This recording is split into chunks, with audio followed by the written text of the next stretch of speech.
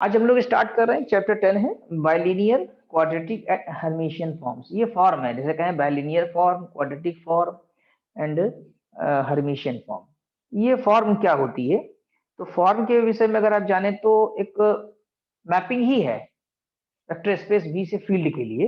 यानी जैसे कि हमने कहा कि वी क्रॉस वी, जैसे लीनियर फंक्शन आपने पढ़ा था 2f, राइट। अब इसमें मान लीजिए कि आपने ये डिफाइन किया f of alpha beta equal to x1 minus ये x2 y2 कर दिया, जहां पर ये अल्फा की वैल्यू जो है आपकी मान लीजिए x1 x2 है, और बीटा की वैल्यू आप सपोज कर सकते हैं कि y1 y2 है, ठीक है। और ये आपको डिफाइंड है इक्वेशन नंबर 1, तो इसी को फॉर्म कहेंगे। तो अब ये बाइलिनियर फॉर्म कब कहलाएगी, इसके लिए हमें देखना पड़ेगा, ठीक है। अच्छा, एक बात और ध्यान रखिएगा, जैसे हमने x1 x2 लिया है, तो कभी कभी क्या करते हैं अल्फा में ये लोग प्रॉब्लम्स देखते समय x1 y1 कर देते हैं, ठीक है। और यहाँ पर आपको जैसे बीटा दिया तो इन्होंने यहाँ पर आपका x2 और y2 कर दिया, x2 y2 कर दिया, ठीक। तो इस बात को थोड़ा ध्यान रख के क्वेश्चन को पढ़ के चलेंगे। तो बाइलिनियर फॉर्म कब कहलाता है इस तरह की राइटिंग, क्योंकि देखिए रखना आपको v से है, v क्रॉस v, और जो एलिमेंट मिलेगा आपका ये इक्वेशन 1 में जो वैल्यू मिलेगी वो कहाँ बिलोंग करेगी, वो फील्ड बिलोंग कर जाएगी, ठीक है। तो फिर हमें ये देखना है कि बाइलिनियर फॉर्म कब कहलाएगा। तो देखिए डेफिनेशन पढ़ रहे हैं, ध्यान समझेंगे। बाइलिनियर फॉर्म्स क्या होती हैं? A bilinear form on a finite dimensional vector space v is a function f colon v cross v to f which satisfies the following condition। जो इन दो कंडीशंस को सेटिस्फाई करे, कौन सा? f, ये c लिखा हुआ है, c alpha plus D beta comma gamma. ऐसे नहीं, इनर प्रोडक्ट में आप एक लाइन खींचते थे, याद होगा, तो यहाँ पर ये नहीं करना है आपको, यहाँ पर एक कॉमा लगाना है आपको, ठीक है, ओनली कॉमा। तो comma gamma equal to C F alpha comma gamma plus D D F beta comma gamma. देख रहे हैं, जैसे लिनियरिटी की प्रॉपर्टी भी कह सकते हैं। देखिए सी बाहर आ गया, अल्फा गामा हो गया, डी नहीं, एक्चुअली यहाँ पर एफ होना चाहिए, डी हमने भी पढ़ दिया, it should be F, right. हाँ, और नहीं डी नहीं, एफ तो लगा, डी होना चाहिए, ओके, डी एफ तो लगा हुआ है यहाँ पर। और F alpha C beta plus D gamma, हाँ ये सी और डी स्केलर्स हैं, यहाँ लिखा हुआ देखिए, सी और डी स्केलर्स यानी कि फील्ड में बिलोंग कर रहे हैं। तो F alpha C beta plus D gamma, C ये वाला जो है आपका देखिए इधर आ गया। अब ये देखिए अल्फा कॉमा गामा, अल्फा के बाद ये है C beta plus D gamma, ठीक। C F alpha comma beta plus D alpha comma gamma, alpha comma for every alpha beta gamma belonging V and C D is scalar quantity, ठीक। तो इसका आपको ध्यान रखना है कि ये रूल फॉलो कर रहे हो, मतलब इस लिनियरिटी की प्रॉपर्टी को सेटिस्फाई करे तो हम बाइलिनियर फॉर्म कहेंगे। अब सिमेट्रिक बाइलिनियर फॉर्म कब कहलाएगा? Symmetric bilinear form, A bilinear form f on v is said to be symmetric bilinear form if f of alpha beta equal to f of beta alpha हो जाए। जो भी आपको rule दिया हुआ है, पहले अल्फा बीटा कैलकुलेट करिए, फिर बीटा अल्फा करिए, इक्वल हो गए तो फिर सिमेट्रिक बाइलिनियर फॉर्म कहलाएगा आपका, अल्फा बीटा बिलोंग करेंगे जी में। इसकी सिमेट्रिक कब कहलाएगा? जब F of alpha beta equal to minus F of beta alpha हो जाए और एवरी अल्फा बीटा भी, और अगर अल्फा अल्फा करेंगे तो जीरो आ जाएगा। जैसे इसकी सिमेट्रिक मैट्रिक्स में डायगोनल एलिमेंट जीरो होते हैं, इसकी सिमेट्रिक में मैट्रिक्स में, ठीक। क्योंकि अल्फा अल्फा पुट करेंगे तो यहाँ पर भी बीटा की जगह अल्फा हो जाएगा, यहाँ बीटा की जगह अल्फा हो जाएगा, लेफ्ट में लाएंगे तो 2 times of F of alpha alpha हो जाएगा, that makes F of alpha alpha is equal to zero, ठीक है। Rank of a bilinear form matrix क्या होती है बाइलिनियर फॉर्म की? क्योंकि इसको बाइलिनियर फॉर्म को हम मैट्रिक्स में भी चेंज कर सकते हैं, ये आगे अभी आपको आर्टिकल मिलेगा। तो उस मैट्रिक्स की अगर हम रैंक निकालें तो वो बाइलिनियर फॉर्म की रैंक कहलाती है, ठीक। The rank of a bilinear form is equal to the rank of matrix और the form in any order of basis, right. तो यानी कि कुल मिलाकर ये कहें कि रैंक जो है बाइलिनियर फॉर्म की उसकी मैट्रिक्स की निकालनी पड़ेगी उस ऑर्डर्ड बेसिस में, ठीक। और the form in of the form in any ordered basis, actually और नहीं ऑफ होना चाहिए ना, of the form in any matrix. अब एक प्रॉब्लम देखिए एग्जांपल 1 में, which of the following function f defined on vectors, देखिए अल्फा लिया है x1 x2 और बीटा लिया है y1 y2 इन R2 वही स्पेस है, vector space. Are bilinear forms, इनमें से कौन से बाइलिनियर फॉर्म है? कई क्वेश्चन है इसके अंदर, आई थिंक कि 5 पार्ट्स हैं, एक ए है, बी, फिर सी, फिर डी और ये आपका ई। तो कुछ बाइलिनियर फॉर्म है, कुछ नहीं है, चेक करते हैं। अब देखिए जो दो कंडीशंस है, अगर इनमें से पहली फेल हो जाए तो दूसरी आपको चेक नहीं करना है, पहली फेल होते ही ये बाइलिनियर फॉर्म नहीं है। हाँ, अगर पहला पास कर गया तो फिर दूसरा भी एग्जामिन करना पड़ेगा, हो सकता दूसरा पास भी हो जाए, हो सकता दूसरा पास ना हो, यानी कंडीशन सेटिस्फाई हो जाए और ना भी हो। तो जैसे पहला F of alpha beta equal to 1, तो इसको ट्राई करते हैं। We are given F of alpha beta 1, let alpha beta gamma belong R2 and C D belong R, यानी वही फील्ड। तो F C alpha plus D beta comma gamma, तो F of, अब देखिए जो फार्मूला है C alpha plus D beta, आप पहले देख लीजिए। तो देखिए सी अल्फा की वैल्यू डी अल्फा और x1, ठीक है, ये रख दिए यहाँ पर। तो एफ ऑफ इसको आप कैलकुलेट करेंगे तो सी x1 और यहाँ डी y1 जुड़ जाएंगे आपस में, तो सी x1 प्लस डी y1 और सी x2 प्लस डी y2 एक वेक्टर में कन्वर्ट हो जाएगा, ये पूरा अल्फा की तरह काम करेगा, ठीक है, कंप्लीट। और ये पूरा बीटा की तरह। और आपके पास जो यहाँ पर लेकर चल रहे हैं फॉर्म, वो क्या है, F of alpha beta equal to 1, तो ये तो 1 हो जाएगी वैल्यू आपकी। तो एक प्रकार से हमने जो ये फार्मूला आप देख रहे हैं, जो इक्वेशन 1 यहाँ कर दे 1 मिनट के लिए, तो इसमें जो लेफ्ट हैंड साइड है वो आपने कैलकुलेट किया, राइट हैंड साइड ये है C F alpha gamma plus D F beta gamma, right. ये यहाँ पर एक्चुअली डी होना चाहिए, डी लिखा है, ठीक है। तो उसके मुताबिक अगर देखिए डी एफ बीटा गामा, तो आपको जो ये राइट हैंड साइड में पूरा है इसको कैलकुलेट करना होगा। शायद आई थिंक ये 2 आ जाएगी वैल्यू या कुछ डिफरेंट आएगी, but C F alpha gamma plus D F beta gamma, तो देखिए सी अल्फा गामा की वैल्यू 1 हो जाएगी एज पर गिवन कंडीशन, आपको सवाल जो दिया हुआ है वो देखिए। और डी एफ बीटा गामा, तो ये बीटा गामा भी 1 हो जाएगा, तो सी प्लस डी आ जाएगा। तो अभी देखिए अगर हम देखें तो एक वैल्यू 1 आ रही है इसकी 1, और एक वैल्यू आ रही है C plus D. Left hand side 1 आ रहा है, right hand side C plus D आ रहा है, इसलिए कह सकते हैं कि ये बाइनरी फॉर्म नहीं है, मतलब कि दोनों इक्वल नहीं है। बिकॉज ये आपका होना चाहिए जो इक्वल, ये पहला पॉइंट, ये यहाँ पर इक्वलिटी नहीं शो कर रहा है, इसलिए ये बाइनरी फॉर्म नहीं बनाएगा, ठीक।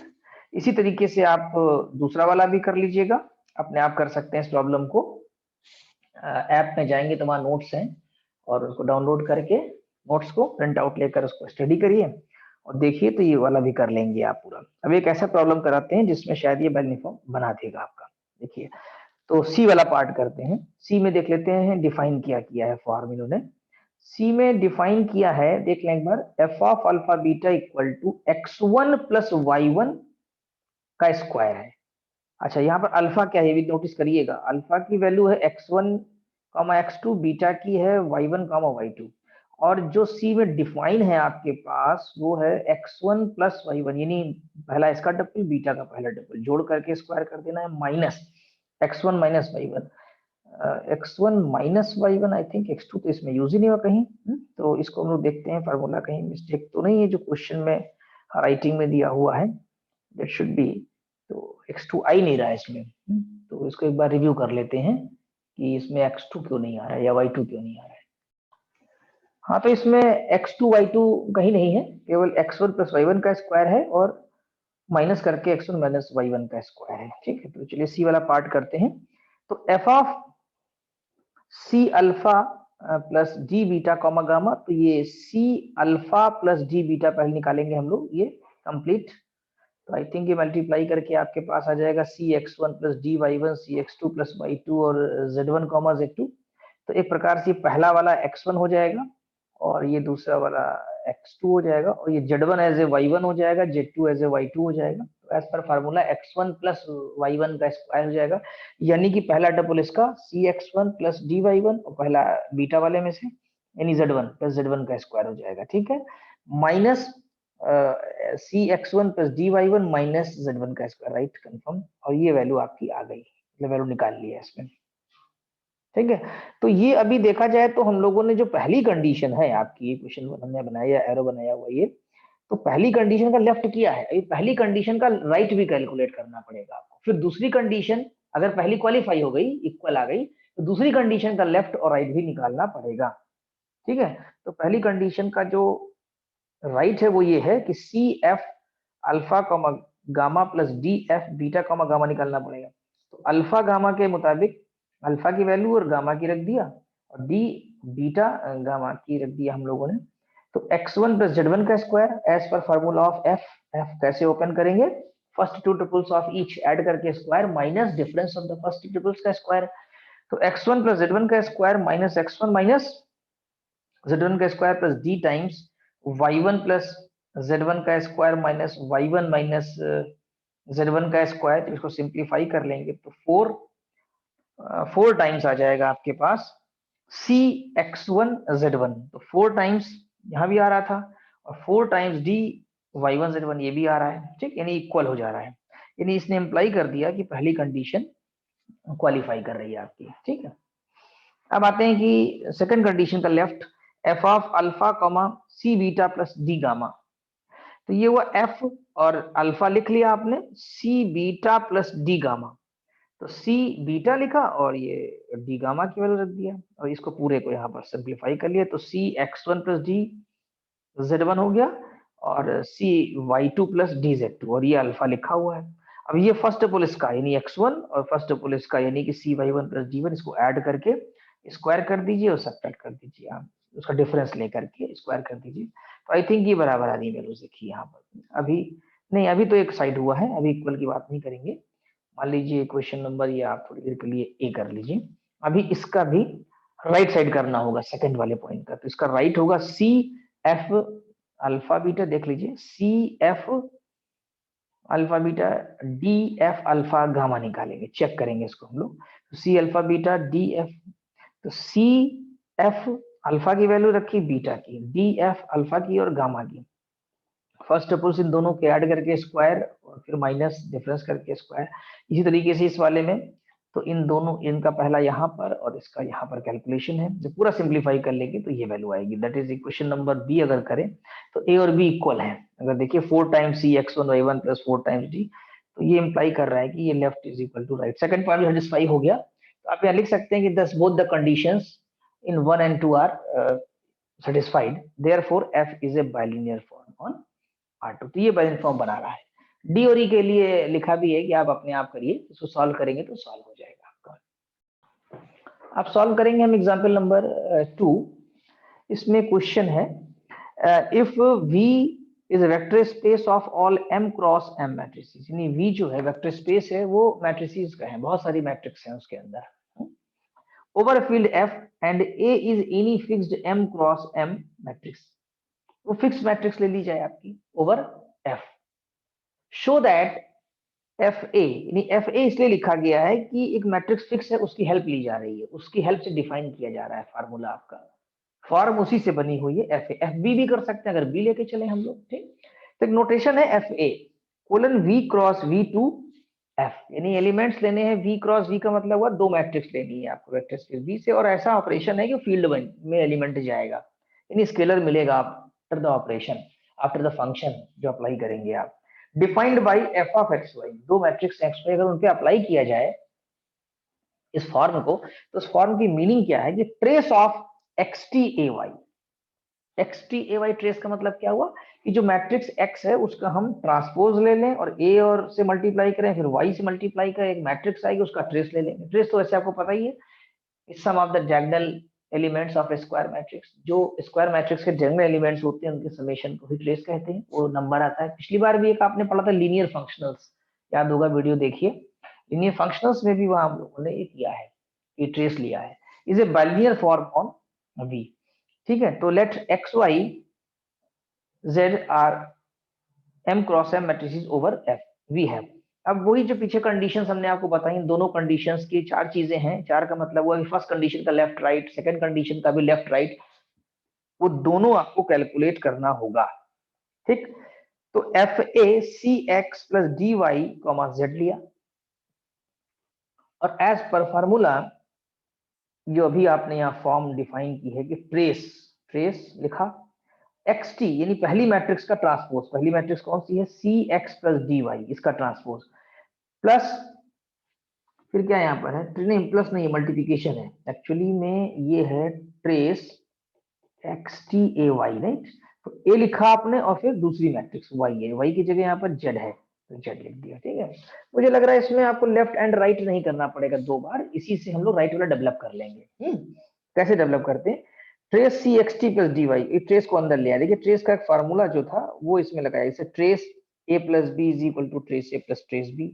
एक इसमें ये नहीं लगा ट्रांसपोज का, कि बताया है उन्होंने ट्रांसपोज में होता है कि ए प्लस बी का अगर ट्रांसपोज है तो ये हो जाता है ए ट्रांसपोज बी ट्रांसपोज। अगर कोई स्केलर भी लगा हुआ है मान लीजिए इसके आगे, जैसे कि मान लीजिए लैम्डा ए प्लस म्यू बी का ट्रांसपोज लेना है आपको, तो ये लैम्डा स्केलर पे नहीं, ये आ गया आपके पास टी, ठीक है, और म्यू पे भी कुछ नहीं, और बी टी आ जाएगा। हाँ ट्रांजुगेट होता है तो आता है बार, लेकिन ट्रांसपोज होता है तो बार नहीं लगाते स्केलर के ऊपर, ठीक। तो इस प्रॉपर्टी के मुताबिक हमने ये जो ट्रांसपोज ऑफ होल मैट्रिक्स है उसको हमने दो में तोड़ दिया, ब्रेक कर दिया, C X T plus D Y T A Z. अब यहाँ डिस्ट्रीब्यूटिव लॉ लगा दिया हम लोग ने, इसको मैट्रिक्स ही तो है, ये ए जेड भी मैट्रिक्स है, एक्स ट्रांसपोज भी मैट्रिक्स है, तो इसको अंदर मल्टीप्लाई कर दिया। ट्रेस जो आपका है वो बाहर रहेगा, अभी तो ट्रेस अप्लाई नहीं किया ना हमने, just we are forming the matrices, उनको फॉर्म कर रहे हैं स्टैंडर्ड फॉर्म के लिए। तो जब ये करेंगे मल्टीप्लाई तो एक्स टी एजेड हो जाएगा। एक्चुअली यहाँ एक लाइन छोड़ दी गई है, अगर चाहते तो आप ये लाइन यहाँ लिख सकते हैं बढ़ा करके, ट्रेस और सी जब ये मल्टीप्लाई होगा तो X T A Z plus D Y T, right, और ए जेड। अभी ट्रेस नहीं ओपन किया, मल्टीप्लाई किया, फिर अब ट्रेस ओपन करेंगे तो ये ओपन हो जाएगा, trace X T A Z पे जाएगा और ट्रेस दूसरे वाले पे जाएगा, D times trace yt az, right, that is a trace of a plus b is equal to trace a plus trace b, जैसा कंसेप्ट लगा दिया है यहाँ पर, ठीक है। अब क्या हुआ कि c times of this, what is this, ये क्या है, ये f of a x z है एज पर फार्मूला, ठीक है। और ये ट्रेस yt az जो है it is nothing just f a y z है एज पर गिवन फार्मूला। आपको ट्रेस का जो जो ये f a डिफाइन किया गया है उसी को हमने यहाँ पर अप्लाई कर दिया। तो हम देखते हैं कि जो लेफ्ट लेके चले थे वो राइट में इस तरह से मिल गया हम लोगों को, फर्स्ट कंडीशन सेटिस्फाई हो रही है। Further F A X C Y plus D Z. अब देखिए पहली मैट्रिक्स इसमें x है, दूसरी अब की बार सी वाई डी जेड है, तो पहली का ट्रांसपोज यानी एक्स टी और ए बीच में आएगा, जैसा कि फार्मूला है trace X T A Y, ठीक। और ये सी वाई जेड इसको डिस्ट्रीब्यूट कर दीजिए तो X T A C Y बन जाएगा। अच्छा इन्होंने दोनों साथ कर दिया, इसको लेफ्ट जो डिस्ट्रीब्यूट कर रहे थे वो भी किया और ट्रेस भी ओपन कर दिया, इसके साथ ही साथ ट्रेस भी कर लिया। तो C trace X T A Y plus D trace X T A Z कर लिया। और ये जो trace X T A Y लिखा हुआ है is nothing just F A X Y, और trace X T A Z जो लिखा हुआ है is nothing plus D D F A X Z लिखा हुआ है, ठीक है। तो ये आ जाएगा, तो इम्प्लाइज की F A is a bilinear form on B F. क्यों, क्योंकि इसका भी अगर हम देखें तो आपस में इक्वलिटी आ रही है, तो कंडीशंस दोनों जो है इसकी वो सेटिस्फाई हो जा रही है। तो कोई मुश्किल नहीं है, प्रैक्टिस करने पर और कॉन्फिडेंस आ जाएगा। अब डिस्कस करेंगे मैट्रिक्स रिप्रेजेंटेशन। ये जो बाइलिनियर फॉर्म आपने पढ़ा इसका मैट्रिक्स रिप्रेजेंटेशन क्या होता है, इसको मैट्रिक्स में किस तरह से कन्वर्ट कर सकते हैं हम लोग। Let V be a vector space of a finite dimensional, यानी कि वेक्टर स्पेस हमारा फाइनाइट डायमेंशनल है, और अगर फाइनाइट डायमेंशनल है तो इसके बेसिस सेट भी होगा। एक बेसिस सेट सपोज कर लिया गया है बी, जिसमें ऑर्डर में एलिमेंट्स हैं, वेक्टर्स हैं अल्फा 1 अल्फा 2 अल्फा एन, यानी डायमेंशन ऑफ बी जो है वो एन कह सकते हैं हम लोग, जो बी की डायमेंशन है एन है, क्योंकि बेसिस बी में एन एलिमेंट्स हैं। इन एन ऑर्डर्ड, क्या लिखा है, in an ordered basis V, एक और बेसिस हो गया। If F is a bilinear form on V, then the matrix representing the bilinear form F in the ordered basis B is a n cross n matrix P। इस matrix को P से denote किया इन्होंने यहाँ पर, किससे किया, P से, और n क्रॉस n होगी। कारण क्या है कि आपके पास नंबर ऑफ वेक्टर्स भी तो n है बेसिस में, alpha 1 alpha 2 alpha n, n cross n matrix P with the entries given as, entry जो दी है Pij equal to F of alpha I alpha J, right. तो इसका मतलब क्या हुआ कि Pij is equal to F of, actually अगर कोई मैट्रिक्स आप बनाते हैं मान लीजिए P मैट्रिक्स, तो उसके एलिमेंट्स को हम लोग लिखते हैं Pij, ठीक है। और उसके बाद यहाँ एलिमेंट्स मान लीजिए आपके पास 2 क्रॉस 2 की मैट्रिक्स है, तो P11 लिखते हैं, P12 लिखते हैं, P21 लिखते हैं और P22 लिखते हैं। तो ये हमारी मैट्रिक्स 2 क्रॉस 2 की है। तो जितने भी क्रॉस की हो तो इस फार्मूले से निकालेंगे, यानी ये जो वैल्यू निकलेगी, मान लीजिए आपको P11 निकालना है, P11, तो वो निकालेंगे आप अल्फा 1 कॉमा अल्फा 1। देखिए ना फार्मूला क्या है, Pij is equal to F of alpha I alpha J. अब मान लीजिए आपको P12 निकालना है, तो आप लिखेंगे एफ ऑफ अल्फा 1 अल्फा 2। अगर आपको यहाँ पर P21 निकालना है, तो फिर आप लिख रहे होंगे एफ ऑफ अल्फा 2 अल्फा 1। अब मान लीजिए आपको P22 कैलकुलेट करना है, तो आप लिख रहे होंगे अल्फा 2 अल्फा 2। अब आप कहेंगे एफ ऑफ अल्फा 1 कैसे ओपन करेंगे, ये आपको प्रॉब्लम में दिया होगा, क्वेश्चन में दिया होगा। जैसे एग्जाम्पल एक हम लोग सॉल्व करते हैं, यहाँ पर एग्जाम्पल 3 है, let f be a bilinear form on R2 defined by f of x1 y1। देखिए यहाँ पर अल्फा x1 y1 है, अभी हमने आपको कहा था, ध्यान रखिएगा, कहीं कहीं आपको x1 x2 देते हैं और कभी कभी x1 y1 देते हैं। तो इस प्रॉब्लम में x1 y1 अल्फा हो जाएगा और x2 y2 जो है बीटा हो जाएगा। तो it is given by x1 y1 plus x2 y2, यानी जो फॉर्म है वो ऐसे डिफाइंड है। ये बाइनरी फॉर्म है, इसको चेक नहीं करना है आपको, ये ऑलरेडी है, गिवन है आपको। हाँ, इसकी मैट्रिक्स निकालनी है। Find the matrix of F in each of the following basis. अब जैसे ये अल्फा हो गया आपका, ठीक है, क्योंकि ये हमारा अल्फा दिया हुआ है और ये हमारा बीटा, यहाँ अल्फा 1 अल्फा 2 कहिए, बल्कि इसको बेसिस दिए कि अल्फा 1 अल्फा 2 कह सकते हैं, बीटा ना कहिए यहाँ पर, क्योंकि हम लोग यूज क्या कर रहे हैं, बेसिस। जो हम यहाँ बेसिस यूज कर रहे हैं वो अल्फा 1 अल्फा 2 से लेकर के अल्फा एन तक कर रहे हैं। तो ये प्रकार से अल्फा 1 आपका हो गया, ये अल्फा 2 एक प्रॉब्लम में, दूसरी प्रॉब्लम में अल्फा 1 1 2 है और अल्फा 2 3 4 है। तो देखिए किस तरीके से किया, let A be the matrix of F, then we define A equal to A I J. अच्छा, पी ना करके ए कर दिया, कहीं पी कर सकते हैं कहीं ए कर सकते हैं, वेयर ए आई जे जो ये एलिमेंट्स आएंगे, ये जिसके अंदर के वो एफ ए अल्फा, ये ब्रैकेट आप चाहे ना लगाएं इसको, ए आई जे लिख दें सिंपली, ओनली ए आई जे, ठीक, क्योंकि वो आपका मैट्रिक्स का मेंबर है, एलिमेंट है उसका, ठीक है। अब अल्फा 1 को ले लिया 1 माइनस 1 और अल्फा 2 को ले लिया 1 1।